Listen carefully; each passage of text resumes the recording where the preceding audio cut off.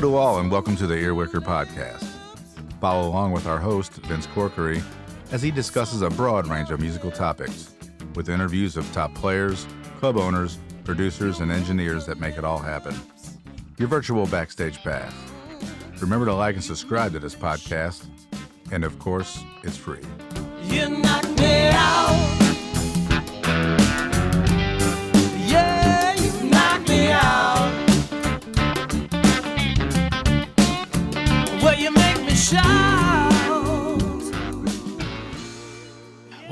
Welcome all to the Ear-Wicker podcast, and today we have a very special guest, guitar player, singer, songwriter, an engineer, sound engineer, and a great guy. We got Billy Engel. Well, I don't know about the last part, but hey, appreciate you coming over here. I know you don't live that close. So, well, it's a small town. I appreciate you asking me. Oh yeah, no, I'm glad you're here. And did you grow up in St. Louis? Well, from about 11 years old on. I was born in Indianapolis, so started off there. Moved here when I was about 11 or so. Yeah. Were you playing any instruments by then, 11, or were you interested? What got you into music? I was, actually. I think it was probably the Beatles that got me into it. And I started, well, actually, I don't know. It might have been Elvis, because I actually started taking guitar lessons when I was 9, when I was still living in Indianapolis. And my parents were very encouraging about all us kids in terms of the arts. Both of my sisters were ballerinas, and I got into guitar, and so they got me lessons right away. They said, that's great if you want to learn to play guitar, but you're going to have to sit in your room and practice for a half an hour every day. And they got me, they found the guy who actually played guitar with the Indianapolis Symphony Orchestra. So I had a good teacher there, and then I moved here. When we moved here, I had a great teacher, too. You might have known Dave Mortland. He was a fantastic guy, fantastic guitar player. And so I kind of took lessons from him for, I don't know, it's probably another 5 years, give or take, after we moved here. Oh. He was like one of the preeminent jazz guitarists in St. Louis in the 50s, 60s. Yeah. He did a lot of commercial work at Technosonic. He played in the Technosonic was the big studio here in St. Louis, like from the late 1920s up until it closed when they tore it down to build the Galleria. But he back in those days, he played with the Muni Pit Orchestra, because it was more like a house band kind of thing back then. All the big Broadway shows, they didn't bring their own musicians with them. They brought a conductor, and the conductor had charts for everything, and they learned a new show every week. And so he played in that. Wow. Yeah, it was fun to go down. I'd go down to the Muni with my family, and we'd see him. I'd say hi to him down in the pit. Wow. Yeah. That's inspiring. He's a great guy. Too. When did you start playing in bands? Well, my first public performance was the last day of 5th grade. Wow. I took my first electric guitar, an amp, and a mic, and I played Beatles songs for my 5th grade class. That's cool. So, remember which songs you played? I wish I could. I know I had the black turtleneck, I had to have the look to meet the Beatles. Yeah. Yeah. But no, I don't remember which songs I played, and I probably only played a few. But yeah. So then I started getting bands together, like at the beginning of junior high, as we called it back then. So 7th grade, Seventh grade, I started playing with bands. Yeah. Wow. Did you continue your music instruction? Did you go on to college music, or did I did. Well, I went to Webster, but I only went for about a semester and a half, and then I dropped out. Yeah. For a couple different reasons. I was actually, like a professional working musician by that point. Oh. The bands I was playing in were, we were playing local gigs and stuff like that. You remember some of the bands you were in? Well, But I know you're going back a little bit. it's going back further than anybody, would remember unless they're as old as me. But yeah, the first, well, in the tradition of all the bands that had English names, because of the Beatles. I think the name of my first band was the Essex. Oh. But then the first, really good, really serious band, that band was playing like Secret Agent Man, and it was playing some Beatles songs and some stuff like that. Yeah. The stuff that was big at the time. And I played at my junior high with some dances with that band. But then towards the end of high school, first kind of more serious band was a band called Spring.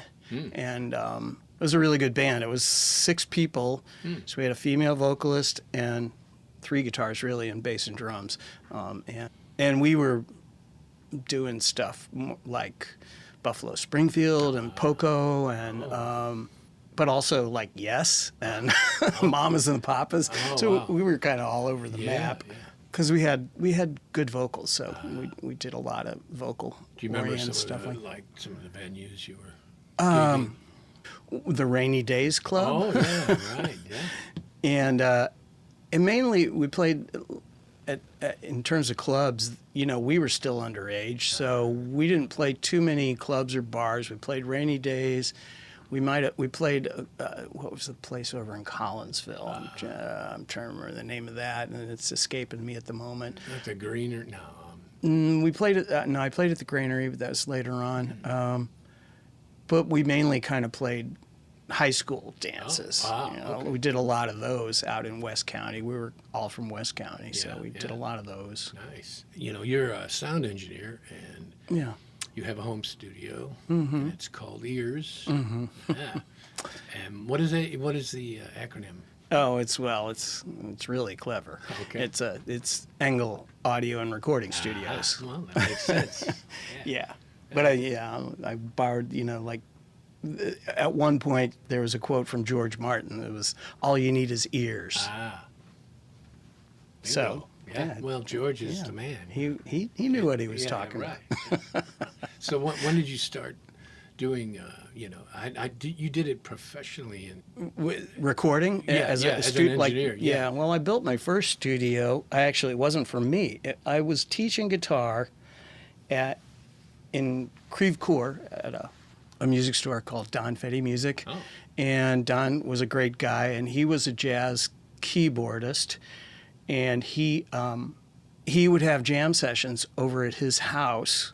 He owned a couple of nice old Revox 15 IPS 2-track machines and a small board, and he liked to record his jam sessions. And he asked me if I wanted to play at one.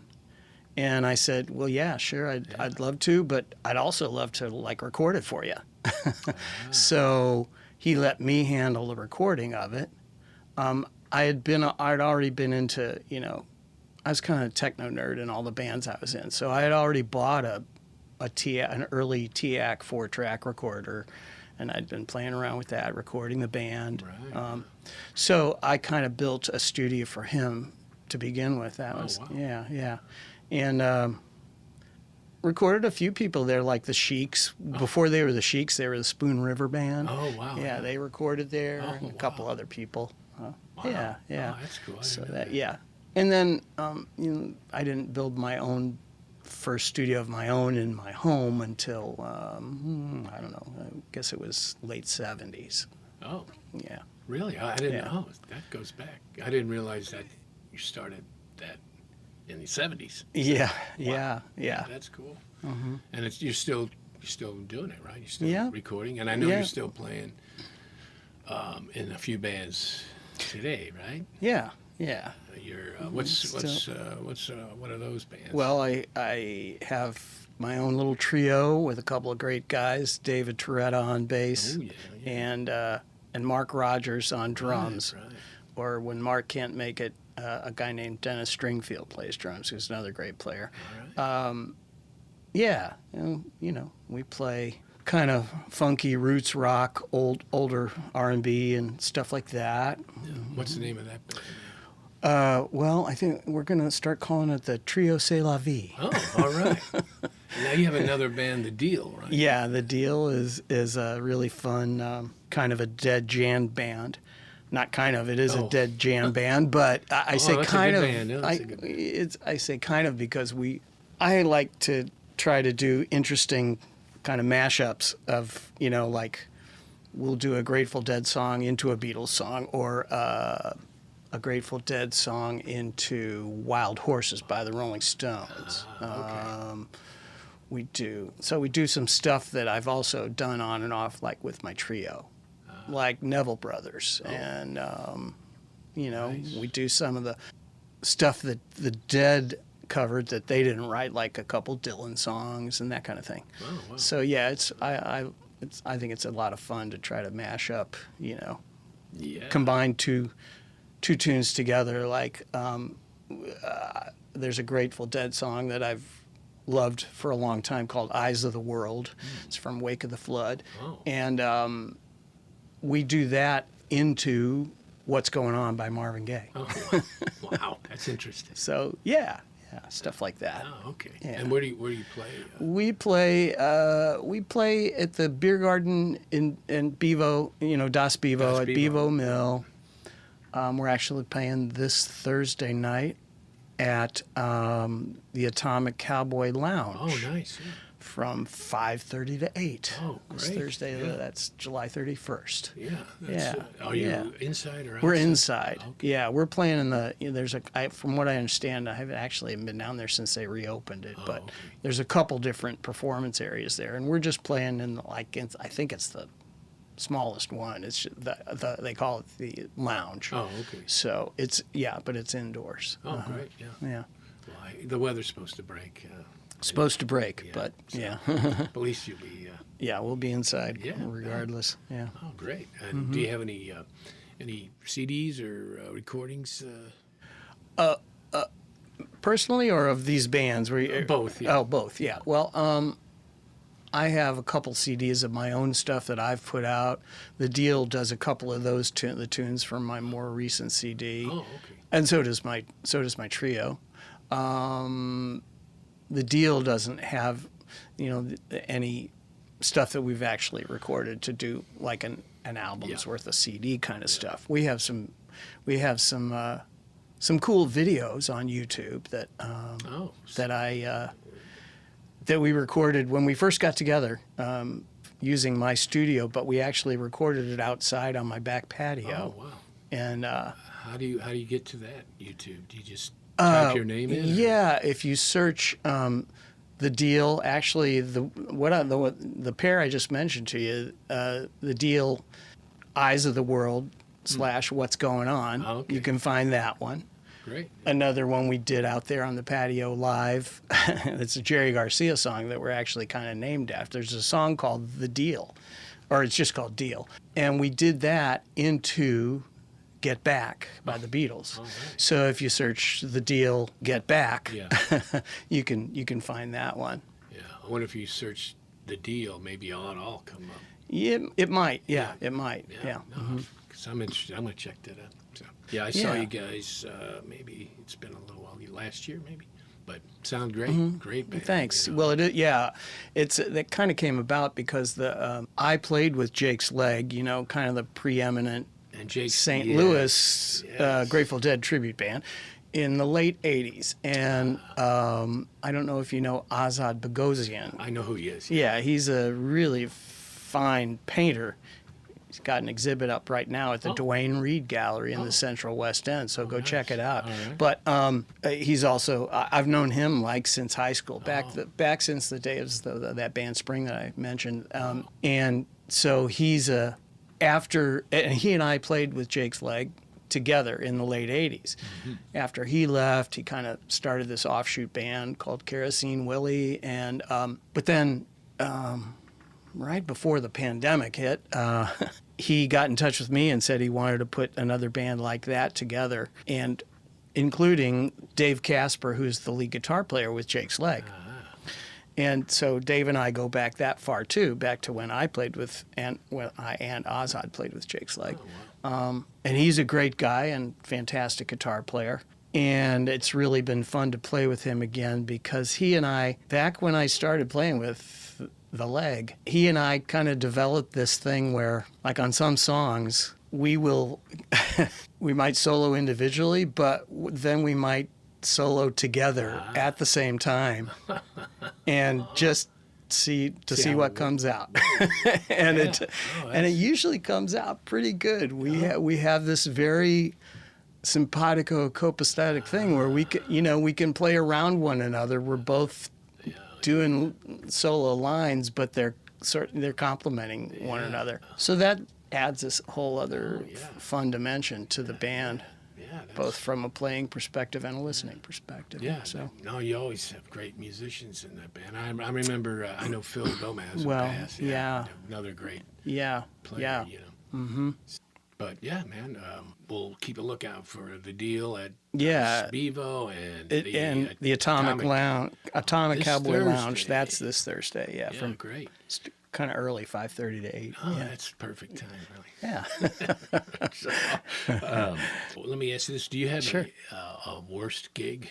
A worst gig? Oh my gosh. Well, nah, not really. Way back in the early days, after that really good band Spring, after we broke up after a few years, a couple of the guys that were in it and I, we formed a couple other bands, and we were trying to play various clubs around Missouri and Illinois, and being booked by Contemporary Productions. Yeah.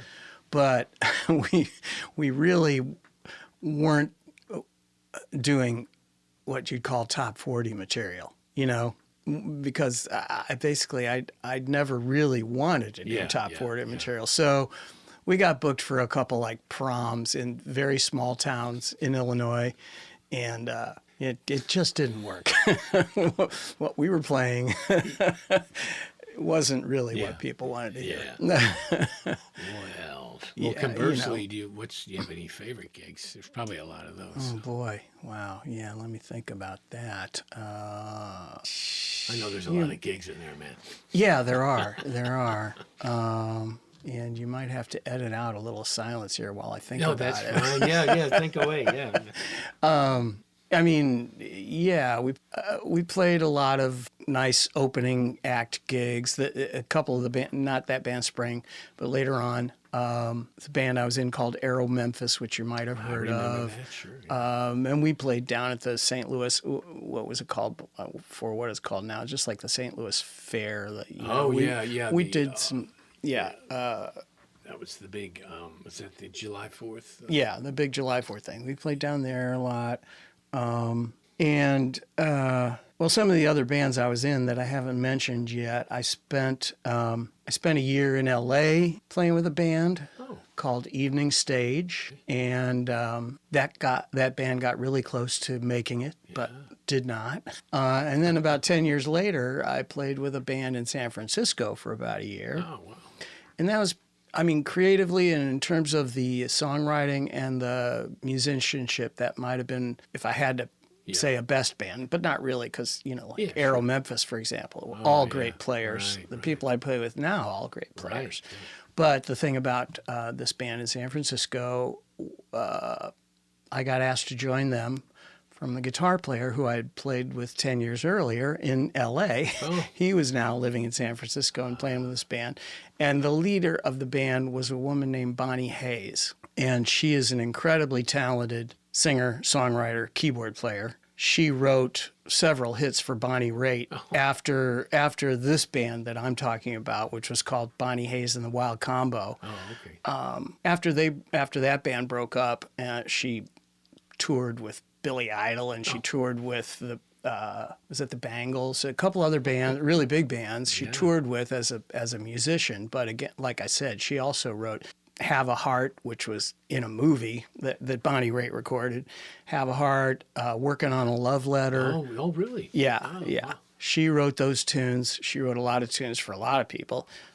So this was a band in San Francisco that was playing all her original stuff, except for one or two covers we might throw in just because we really liked it. Yeah. And so that band, we opened for Jefferson Starship. We opened for the Tubes.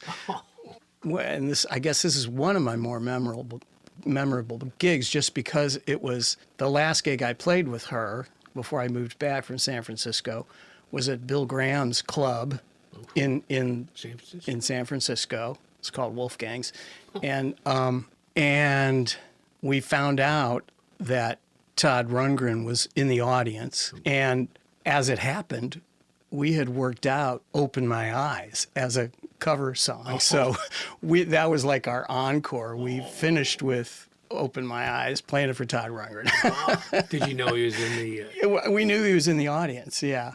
So that was a whole lot of fun. So what was the band in L.A. again? The band in L.A. was called Evening Stage, and it was a really good band. We're doing pretty much all originals. Were you touring like... We didn't tour all that much, which is probably one of the reasons, why we never, we didn't make it big, because we basically just played around the Southern California area. Oh, rough.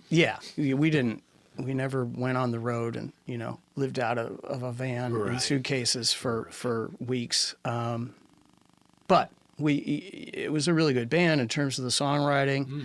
We got picked up by a manager who was a very high-powered guy. He had been in New York with Albert Grossman and co-managed, the band and Blood, Sweat and Tears and Dylan, to mention a few names. Whoa. He had moved out. He wanted to be on his own and moved out to L.A., but through a mutual connection, he started managing us. And so he got us, into the studio. We did really good demos, but we did an audition on the A&M soundstage, A&M Records.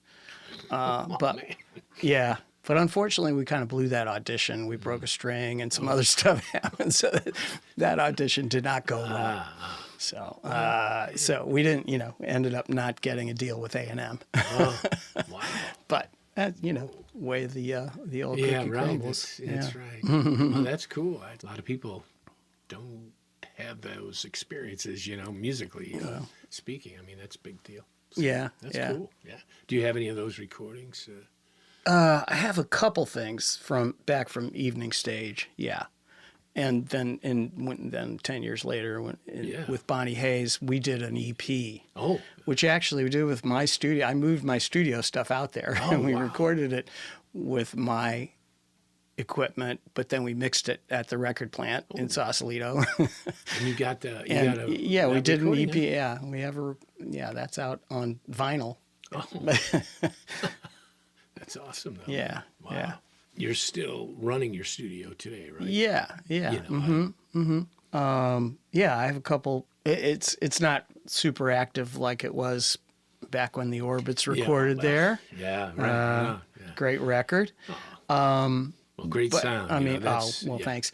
I've done a lot of CDs there over the past 25 years or so with great musicians like you guys and Dave Black. Oh, yeah. A bunch of different genres too that I've really enjoyed doing. But it's kind of slowing down now, and which is fine by me. But I still do have a couple really good singer-songwriters I'm working with right now. Great. Yeah. Now, is there like a website for your studio, or you just make the musicians kind of it's really been word of mouth. I have a website. It's not currently up. Yeah. I mean, if people are interested in hearing, your musical history, is there, can they find some of that stuff? Well, I guess they'd probably kind of just have to know the names of the artists that have recorded there, like another great local singer-songwriter, Jane Godfrey. I'm sure you know her or know of her. Yeah. She's a fantastic writer, and she's done 2 CDs there. Ellen Gomez, again, like I said, Dave Black. There's no sort of central location where I've listed all the people I've done CDs with there, but So if somebody wants to Yeah. record there, they're just going to have to kind of approach you. Yeah, I guess more or less, right? It's kind of right. it's No, kind of that's- word of mouth. No, but you've done a lot of work there, and the results of your sound is great. You know. yeah, well, thanks. Yeah, that's very, I would say, professional. I mean, I don't know what else. You know, it just sounds great. And well, thanks. Yeah. We love that studio. very I nice remember to we hear. had the keyboard player. yeah, the keyboard player. Gosh, she passed though. She passed away a few years ago. But Sorry that to was hear fun. that. That was a fun. Bernadette Randall. Okay. Yeah. Yeah. Yeah. But anyway, that was a Yeah. highlight for us. You know. Yeah, We were all yeah. hanging out there, man. Mm-hmm. It was cool. Well, that's very cool to hear. Thanks. Now, Yeah. are you still flying airplanes? Not really. No, Oh, okay. no. I owned an airplane for a long time, and Yeah.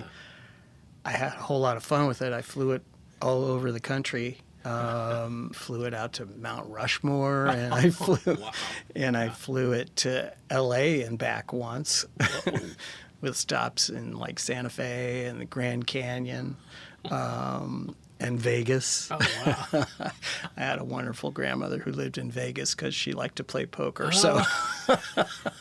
So when her great. husband died, she moved out to Vegas. Oh, Yeah. okay. Anyway, so I stopped and saw her on the way back from flying out to L.A. Oh, wow. It was gas. I love flying. Yeah. But quite a while ago, I just started flying less and less, and so I sure. Yeah. finally sold my plane, and Right. I rented planes after that for a bit, but never. Yeah, Yeah, that was cool. That was a cool thing you did. You know, it was. It was a whole lot of fun. Yeah, brave man. yeah. But okay, well, I know you're playing the Atomic.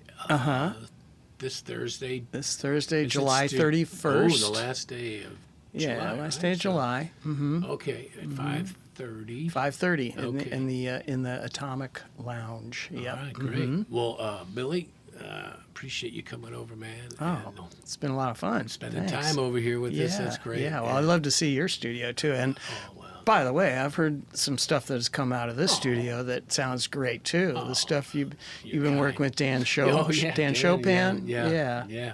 Yeah. We have a project happening now with Toretta. And me. And you.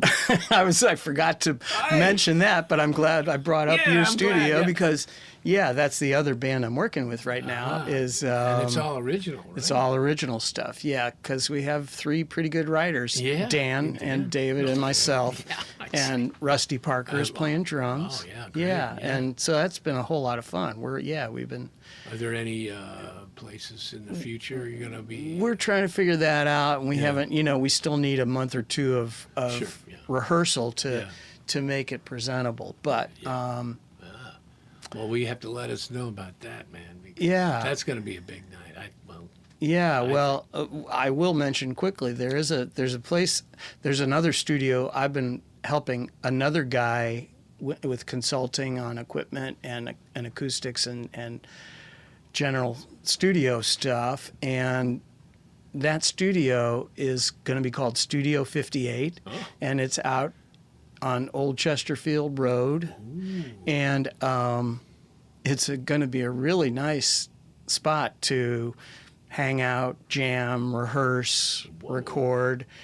That's not that big building they're It's building. no, it's not that. It's not that big building. No, this is a 100-year-old house out there on Old Chesterfield Road that a good friend of mine named Jim Hennessy bought, and he loves to play guitar, and he decided to turn this house, which is next to his office, into a dedicated music studio. Whoa. And Wow.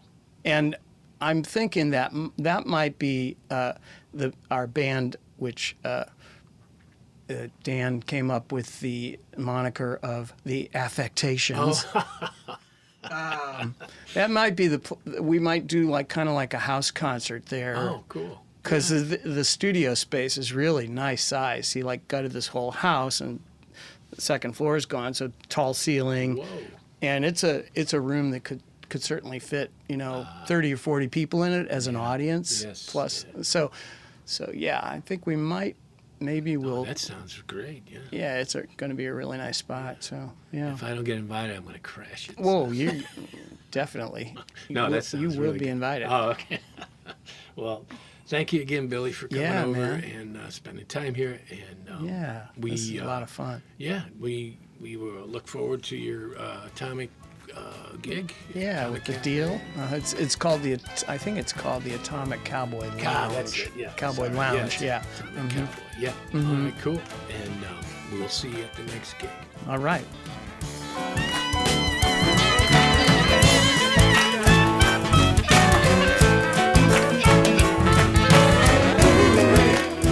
Remember to like and subscribe to this podcast, and we'll see you backstage.